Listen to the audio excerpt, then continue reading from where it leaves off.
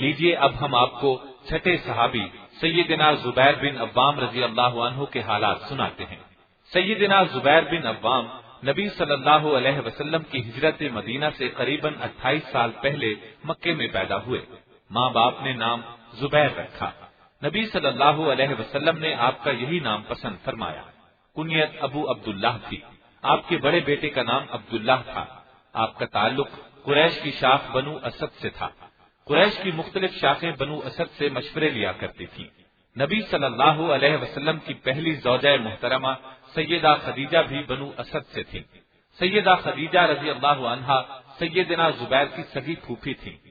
سیدنا زبیر کا نسب نامہ 5ویں پشت میں آپ صلی اللہ علیہ وسلم سے مل جاتا ہے۔ آپ کے والد عوام سیدہ خدیجہ کے بھائی تھے۔ انہوں نے اسلام کا زمانہ نہیں پایا اور زبیر کے بچپن ہی میں فوت ہو گئے تھے۔ آپ کی والدہ سیدہ صفیہ رسول اللہ صلی اللہ علیہ وسلم کی پھوپھی تھی۔ اس نسبت سے سیدنا زبیر نبی صلی اللہ علیہ وسلم کے پھوپھی زاد بھائی تھے۔ آپ نے نبوت کا اعلان کیا تو سیدہ صفیہ نے بہت جلد اسلام قبول کر لیا۔ بہت دانا اور بڑی بہادر خاتون تھی۔ اپنے بیٹی کی پرورش بہت اچھے انداز سے کی۔ انہیں اللہ کا ایک نڈر اور بہادر سپاہی بنایا۔ آپ ہجرت کر کے مدینے گئے تو والدہ بھی ساتھ تھی۔ غزوہ احد میں ان کے بھائی سیدنا حمزہ شہید ہو گئے تو انہیں بہت صدمہ ہوا، لیکن انہوں نے صبر سے کام لیا۔ خندق کی لڑائی میں نبی صلی اللہ علیہ وسلم نے عورتوں اور بچوں کو انصار کے قلعے میں بھیج دیا تھا تاکہ یہودی انہیں نقصان نہ پہنچا سکیں۔ ایک دن ایک یہودی مسلمانوں کی جاسوسی کرنے کے لیے قلعے کی طرف آ نکلا۔ سیدہ صفیہ نے ایک لکڑی ہاتھ میں لی، قلعے سے باہر نکلی اور اس یہودی کے سر پر اس زور سے رسید کی کہ وہ وہیں ڈھیر ہو گیا۔ ہجرت کے 11ویں سال نبی صلی اللہ علیہ وسلم نے ان کے سامنے وفات پائی۔